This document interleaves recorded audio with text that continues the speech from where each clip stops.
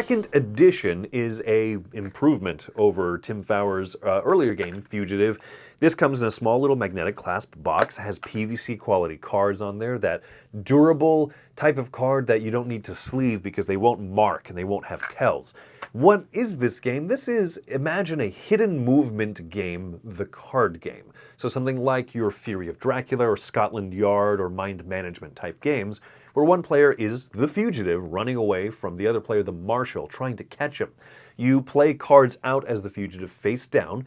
They have numbers 1 through 42, 44, but you can only play cards out that have a higher value, a value up to 3 higher than the previous card that you have laid out, and the marshal is trying to guess those card numbers.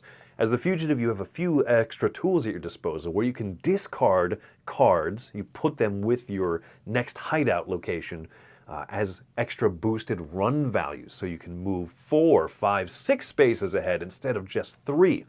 But you're dwindling your hand, your precious hand of resources, hand of cards, because that's going to be super valuable.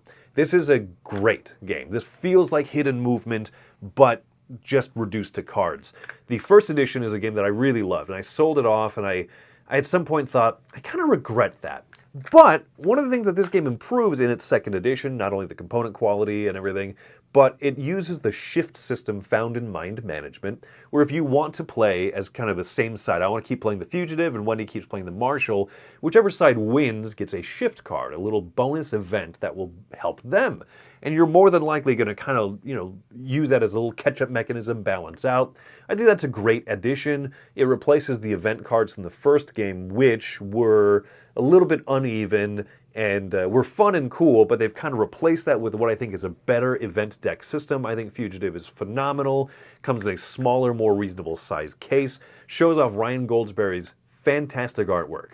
If I had to rate games for my favorite artwork, Fugitive very well could have my #1 favorite art ever. The cards tell an entire panoramic story of your escape from the police. This is a game, if you have not checked out, I highly recommend you do. I give Fugitive an 8.5. The second edition, a wonderful new extra, breathe a little bit of life into an older game that I really recommend.